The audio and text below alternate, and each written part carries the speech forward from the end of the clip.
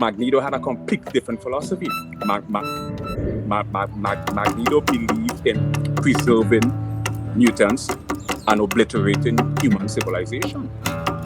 Now, so who's the villain? Who's playing? I have a very particular song I play where I use this ring as a slide guitar.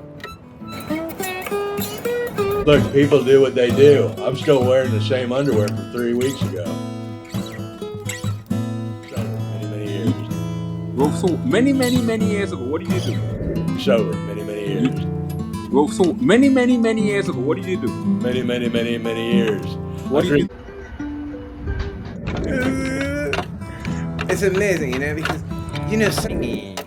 How's this boy? How's your boy now? How's your boy now? I really... And this is what Einstein and Hendrix used to do a lot. They used to explore something called parahypnagogia.